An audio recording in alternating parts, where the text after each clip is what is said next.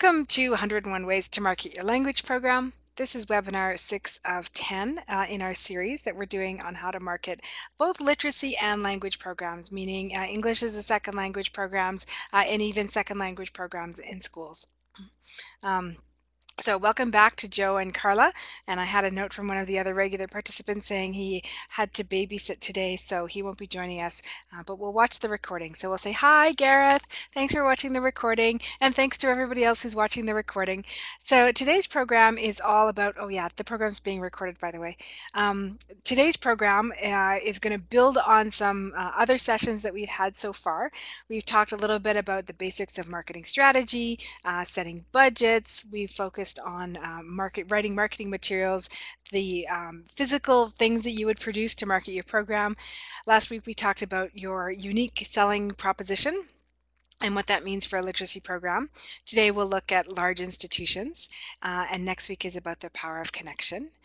And number week 7 and 8 are a little bit related, and it focuses on relationship marketing and sort of what that means, and really starts to differentiate a lot between the marketing and the sales, and sort of why a sales approach is I guess sometimes ineffective in marketing. We'll talk a little bit about that next week. Week number 9, we talk all about follow-up. And then in week 10, we dive into social media. And I won't be able to cover everything because it's just a broad topic. I just noticed, hi, Berna, welcome to the session. I'm glad you're here today. Thanks for joining us. Berna, I don't think you've been to one of these sessions before, but we've done some other work together, and I'm glad to have you here with us today. So today's program is all about specialty tips for programs at large institutions. When I've surveyed some of the people that have been here in our programs before, I think I get the idea that some of the programs are actually smaller.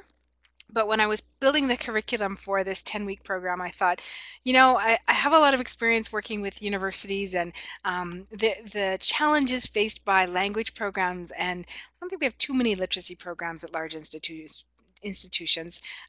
but they really face different kinds of programs, or different kinds of problems rather. I just noticed that Corey joined us as well. Welcome, Corey. Glad to have you here. Welcome back. So these 20-minute, 25-minute, 30-minute sessions kind of dive into a little bit of a precise topic. So today's agenda, we're going to be talking about the idea of big schools equals a long game in terms of marketing, and what that means for a program. And kind of some of the difficulties that it can cause.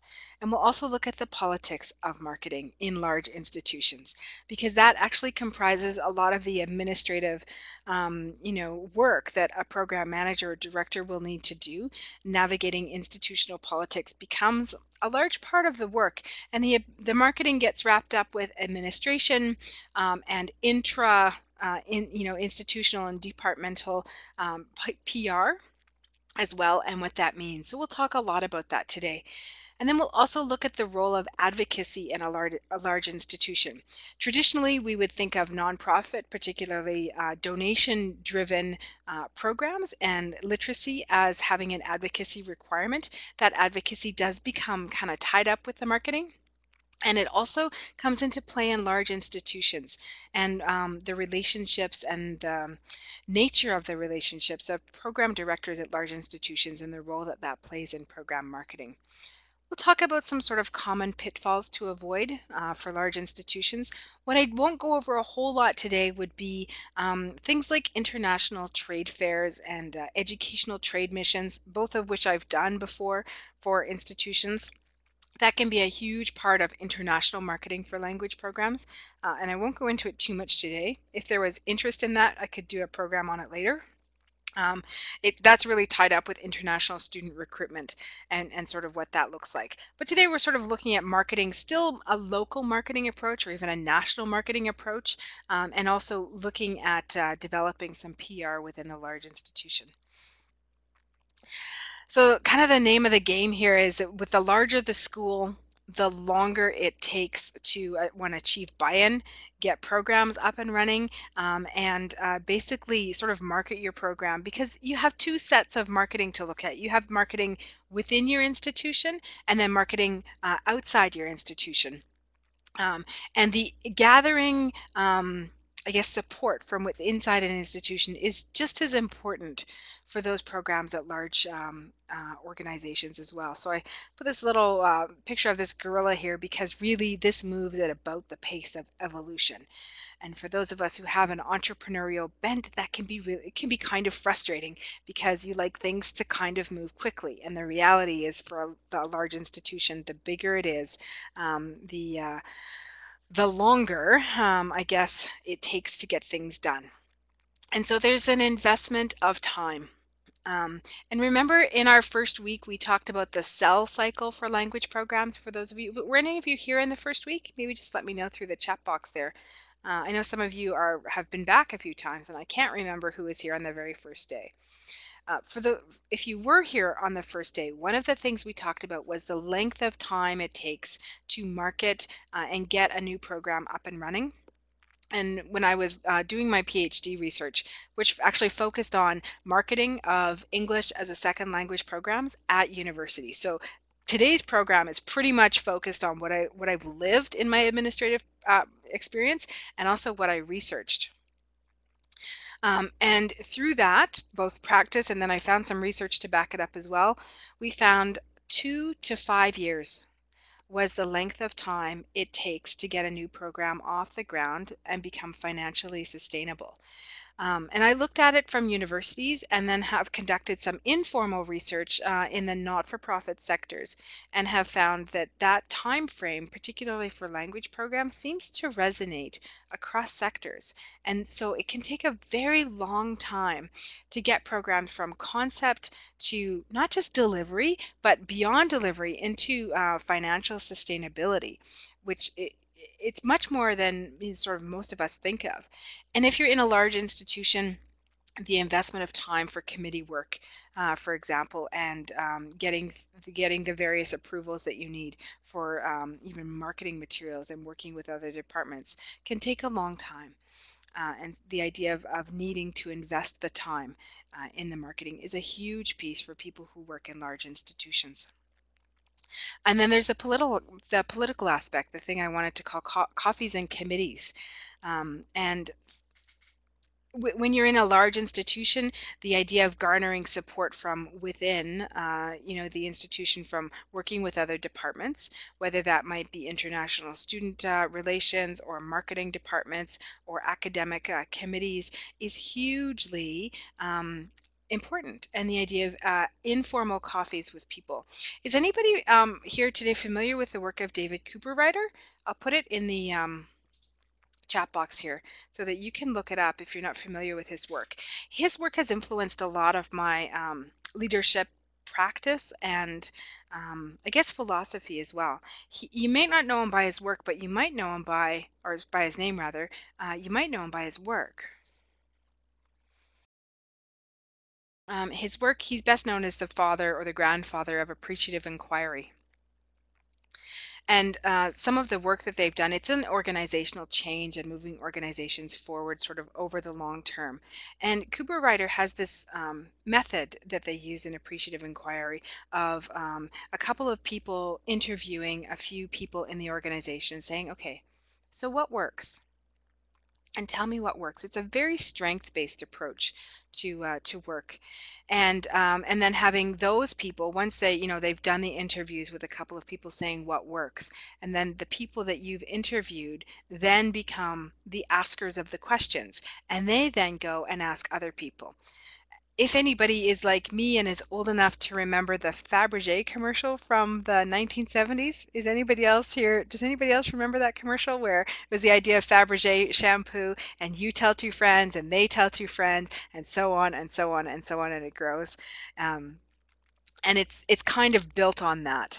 And so the idea of having coffees with people, Cooperrider says that these interviews don't have to be conducted with a boss on one side and a subordinate on the other side, that it can be done in a very informal way over a cup of coffee. And so that actually becomes part of the work. Yeah, thanks, Corey, for letting me know that you remember the Fabergé commercial too. I appreciate that. And so the coffee meetings actually become part of the work. My very first job managing an English language program at a university, I had a boss who said, you're having a lot of coffees. I mean, it wasn't like excessive, right? Maybe one a day. And I would leave the office for 15 or 20 minutes and then go and meet up with somebody. Sometimes it was a little bit longer. And then those people over time became my allies. And having allies in a large institution is absolutely critical. And it was when somebody said to me, you know what, those coffees, they are the work, that it changed things for me in terms of marketing and PR. One of the amazing things that I found in research, and if you're interested in this, I can absolutely share the research with you to back this up, was the idea of language programs being marginalized at a large institution. So if you think of a university, for example, and you think of either an ESL program or that would attract international students, or say a language program like French or Italian or Spanish or something like that, those language programs, particularly at universities, are marginalized in terms of their political influence and the thought leadership that they have in the institution, as opposed to, say, programs such as engineering, mathematics, medicine, and law. One could argue that this may be typical of all of the humanities, but there has actually been research to identify that language programs in particular experience political marginalization in a program. So what does this mean?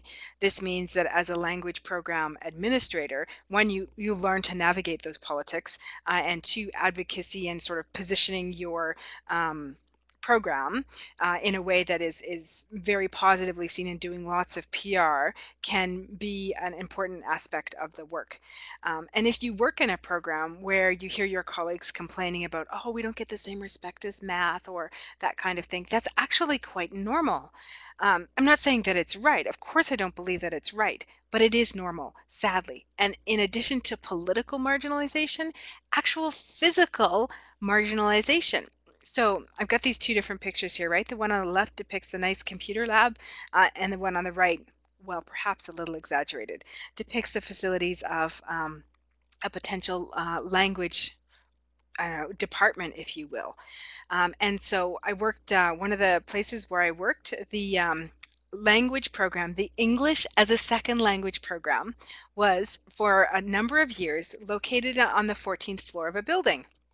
I think, okay, well, that's kind of tough for international students to find their way up to the 14th floor of a building to, say, ask for directions, or if they were a new student, to find the office and get registered and do all of those kinds of things.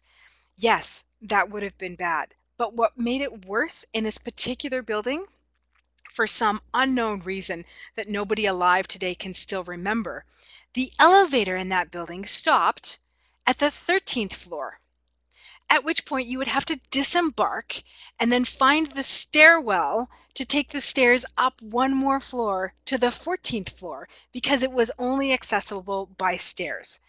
It was the most ridiculous situation I've ever seen for a language program, because you're asking these foreign students to come into the university, which is already hard and difficult to navigate, just the campus alone. They've got to find the right building. Once they find the right building, then they had to go and find the office. And then okay, the sheet of paper says 14th floor, but the elevator only goes to the 13th floor, and there were no signs in the elevator saying for English as a second language students, get off at the 13th floor and then take the stairs up. There was no signage either. We talked about signage in one of our sessions.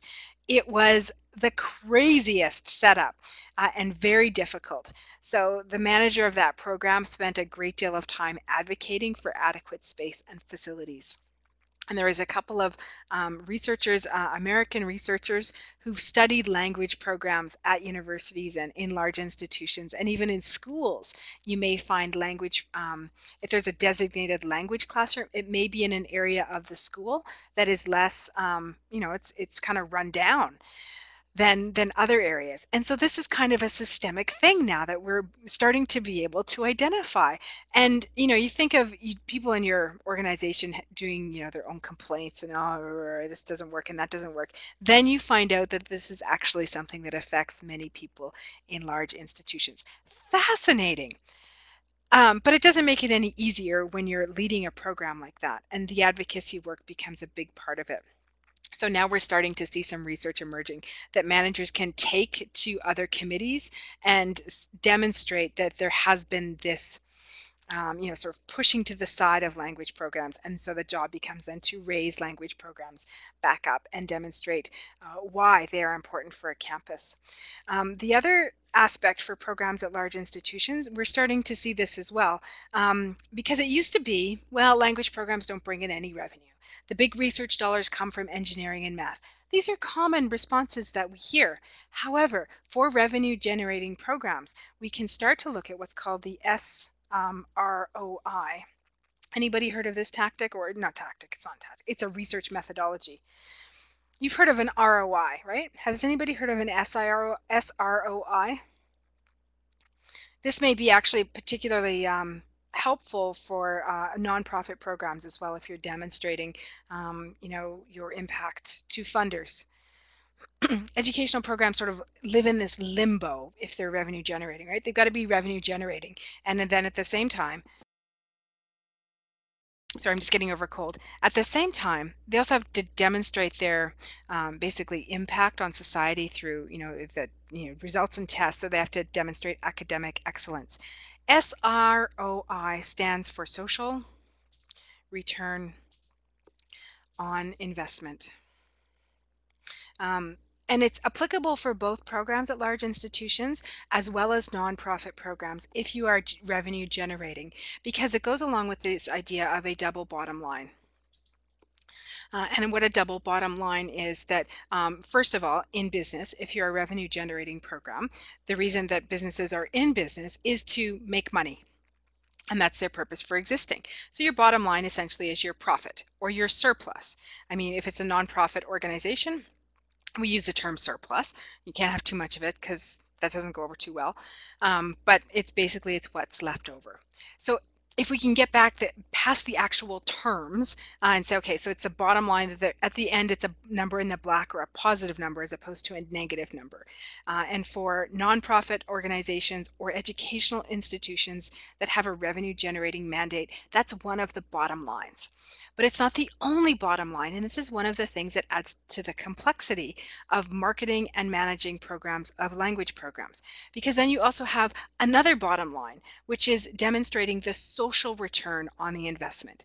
And what that basically means is for every dollar that either a student pays or client pays or a funder invests in the program, what is the impact on your community for that dollar that's been spent? I'll give you an example. In 2006, I did a very informal research project in Calgary, which is the city where I live, that looked at sort of the economic impact of English as a second language programs in Calgary. So I surveyed not only the program that I had worked in, but I looked at all of the language programs across Calgary. And I said, okay, so what's the economic benefit or return from this program? So for every dollar a student spends, what do they put back into our local economy? And I figured out that in 2006, so the study's really old now, it was 6 years ago, it was $26 million in economic return on investment in our city alone. You think, okay, that's in a town like Calgary, where oil and gas are, the drivers of our economics. $26 million doesn't actually resonate that much with some oil and gas executives, because that can be less. It could be less than their monthly, organizational income. But in terms of nonprofit and education, when you start moving out of the hundreds of thousands of dollars and into the tens of millions of dollars for the economic impact, then you're starting to show what the social return is, or what the students and clients are giving back to the community by being in there. So for example, those English as a second language students bought bus passes every month. We could identify that. They either had apartments or they had homestay. Yeah, absolutely. Positive economic externalities. It's very, very similar as well. And so demonstrating, the economic return to investment to a campus, to an institution, and to a community are wonderful ways of positioning a program. It's a little more complex, but it also reflects the complex nature of programs, such as these, which in traditional educational leadership or models would not generate any revenue. And so for programs that do, and they need to be marketed because part of their mandate is to generate money, then we can't lose the social return on investment. And so this double bottom line becomes a way of showing to funders and to other key stakeholders what the impact of these programs is. And being able to position them in numerical terms really helps to solidify a program's worth. And particularly for programs, if you feel marginalized or that you don't have a voice in your local community, conducting those kinds of reports, I guess, can be a great way to build sort of a presence in a community. Okay, so back to the main part of the webinar today. In a large institution, one of the expectations, can be very high on program administrators.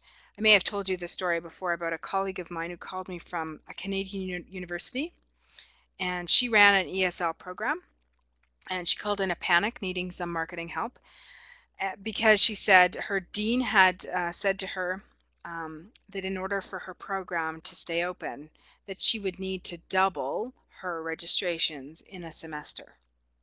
That's an unrealistic expectation for any program to grow by 100%.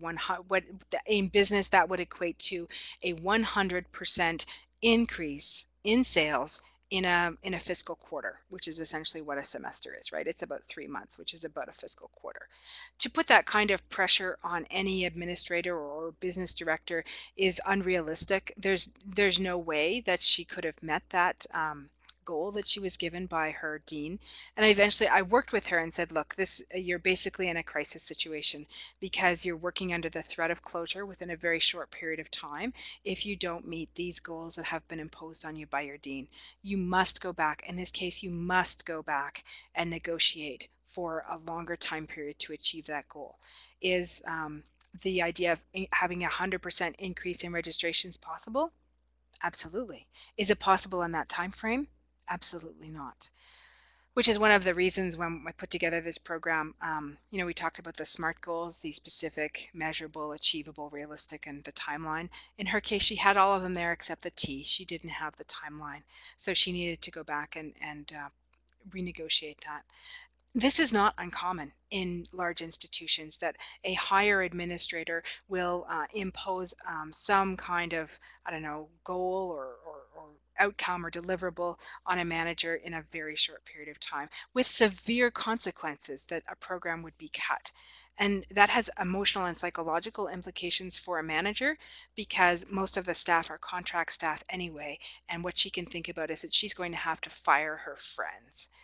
Because that's what happens, right? When we work in languages and literacy, the people that we work with, they may be subordinates, but because we care so deeply about this work and about our learners, that they become our friends as well. So she saw her friends around her losing their job, and in some cases their livelihood, if she didn't meet this completely unattainable goal in a short period of time. And so it becomes, kind of messy and kind of complex. So we worked together. I worked together with her and said, look, you have to go back and renegotiate this timeline. And she did. She was able to get a new timeline. Oh, George, hi. Welcome. Glad to have you here. And so working with senior administrators to lower expectations, and I don't mean that in a bad way, but just to make them more realistic, is a big part of the work of an administrator in a large institution. And at the same time, the other thing that we'll see is support is too low. So the idea of mobilizing others to take action with you and for you and be a supporter. So they may not have resources to give you or that kind of thing, but the idea of building support over a long period of time is absolutely huge. One of my book recommendations for you, I didn't put it on a slide, so I'm going to put it in our chat box here, is Leadership Without Easy Answers. On Heifetz, I think is his last name. I'm going to check on my shelf here. I have the book, but of course I can never find them at the moment that I need them. Okay, it's on the bookshelf somewhere. But anybody read this book by Ron Heifetz? Leadership Without Easy Answers basically takes a look at different sort of society leaders and how they, their leadership styles, what worked for them, the complexities of the work they do, and how they go about garnering support for whatever problem it is that they're trying to solve. For the educational administrator working in a large institution, the idea of building support allies and basically people who will sort of have your back is again, it's a big part of the marketing work within the institution. And without that, then it becomes difficult to get your budget approved for things like marketing.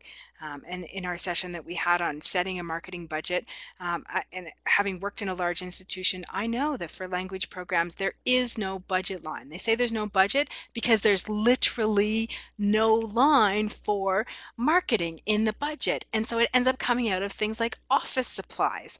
And it's not a sincere way to track how much money you're actually spending. Great. Okay. Thanks very much, George. And so even things like getting a budget line for marketing is a significant achievement for a program where it's always been around office supplies and things like that. But being able to have those conversations is an important aspect of the work that we do. And then again, language programs, ESL programs at large institutions often may not have resources. And we've talked a little bit about this in our program as well, the idea of thinking beyond the dollars, right? And there's another resource that I'll share with you, and it's by Kretzmann and McKnight. And it's around asset-based community building. That may not be the title of the work, but that's the sort of the underlying idea. And one of the things Kretzmann and McKnight do, they work a lot in community building and nonprofit situations, but there's a lot of overlap there. And they talk about what are the assets beyond the dollars. So what are your relationship assets? What are your physical assets that you have around you in terms of, your space and those sorts of things that you do have, and looking at resources sort of in a different way. And examining what you do have as opposed to what you don't have. However, the reality is, for many language programs, even if they're revenue generating, it is not uncommon for institutions to take some of that revenue and then redistribute it in a manner that the administration feels is appropriate. And the way that higher administration feels is appropriate is often incongruent with what the language program director feels is appropriate. They basically don't have much say about it. And the idea of advocating to keep some of your resources and reinvest them back in your program will help to keep it financially sustainable. And interestingly enough, I'm often fascinated when I work with universities and large institutions to find a lack of marketing strategy. These are the same institutions that will teach courses in strategy or will teach courses in marketing. However, the language programs end up working in a very reactive manner and often don't plan, as well as small nonprofit organizations that I've worked with. I don't actually know why it happens. It shouldn't happen theoretically. It doesn't make any sense at all.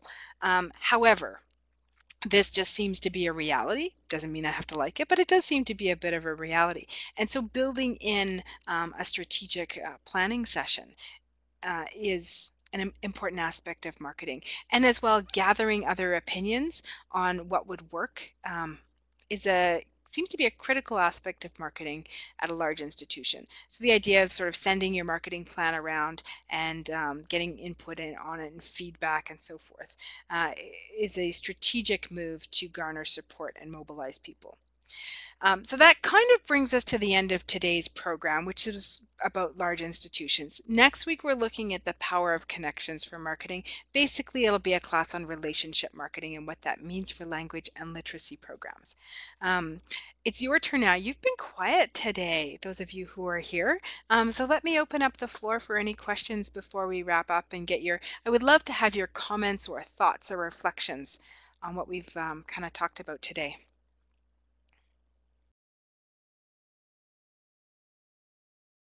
I'm wondering if anybody here actually works at a large institution. And if you don't, thanks even more for being here. I appreciate it. Okay. Well, every class I sort of recommend some resources and I give a resource to you. I recommended a couple in the chat box today. There's another one here. If you haven't read this little book by Mark LeBlanc, I've heard him speak. He lives in the United States and he's about growing your business. Much of what he talks about could be applied to small nonprofits as well, growing your whatever it is that you do. Um, Mark is a pretty amazing businessman. He makes a lot of sense. And one of the things I like about Mark is that even though he talks about making money and a bottom line and all of those things that business people talk about, he also talks about making a difference. And his work for me is very mindful and informed. This little book is not very expensive. I think it's less than $10 and it's a small little sort of a pocketbook kind of thing with great ideas in there for marketing. You can buy it on Amazon. You can buy it from his website as well. I have a copy of it, and I regularly share the title of it with other people. And so that would be my resource my recommendation for you today for a resource if you're building your library. And my promise to you is that every week I would share a resource with you for free. And what I've shared with you this week, it's already uploaded and ready for you to download, is what I've called my institutional planner. And it's basically a monthly calendar that program administrators can put on the wall or on the bulletin board to say, okay, who am I engaging with this month about my program? Whether it's a committee meeting, coffee meetings, advocacy meeting, or an event like an open house, and what does that look like throughout the year? And the idea is that you have things going on every month and every week as a marketing manager for one of those programs. Oh, okay, thanks Carla for letting me know that your center's small, but you're connected. Um, okay, I'm just going to take a moment to read Joe's comment here. Working with public and private sector large corporations. Diseconomies of scale. Yeah, they've grown too large to be efficient. Absolutely. Yeah. I agree with you. Understanding the rules of the game are often understood, yeah, in advance. And sometimes program managers don't know what those are, and they will have been great teachers or professors or instructors, and they'll get promoted into an administrative position because of either seniority, it's just their turn to take the lead as a department head, or something like that, and they're not necessarily trained in business or leadership the same way that you find at a business school. And even in nonprofit, there seems to be a lot of support for those in an executive director role to sort of take a leadership stance. And then in institutions and universities, people will get promoted right up the ranks. I think they call it the Peter principle, right? That you're promoted beyond your capacities or beyond your abilities. And it seems to be quite systemic in institutions. Again, fascinating to watch, but you really wish it didn't have to happen that way, because I think, whatever our sector, I'm a firm believer that whether it's a public sector like a university or a nonprofit sector for a literacy program, for example, or a business sector, privately run language school, we all have so much to learn from each other. And there seems to be not only silos within an organization, but like this sectoral siloing, if you will, where nonprofit feels that it can identify with business and business can identify with universities. My position's a little bit different, and I think there's tons and tons to be gained from looking at the different models that are out there and what can we sort of take of the best of each of them, and then use that to ultimately benefit our students, right? Because that's why we're doing all this work, is to help them grow and learn, and what will make the most sense for them and help them become the best that they can become as learners and as human beings. So I tend to look at all kinds of different sectors, and have worked in all kinds of different sectors, and say, okay, what works and what are the sort of the challenges in each of them, and then how do you help people in those positions address those challenges.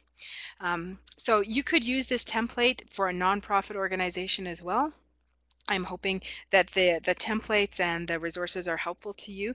I remember at the beginning, I think it was Carla who said that she's currently working on a business or marketing plan right now. So I'm hoping that the materials that we're talking about, the research and the resources are helpful to you as you move forward in your marketing work. And that pretty much wraps us up for today. Any questions? I'll stay online for a few moments, but I will officially wrap things up and say thank you for being here. I love that you're here every week, and I will see you again next week when we start to talk about relationships.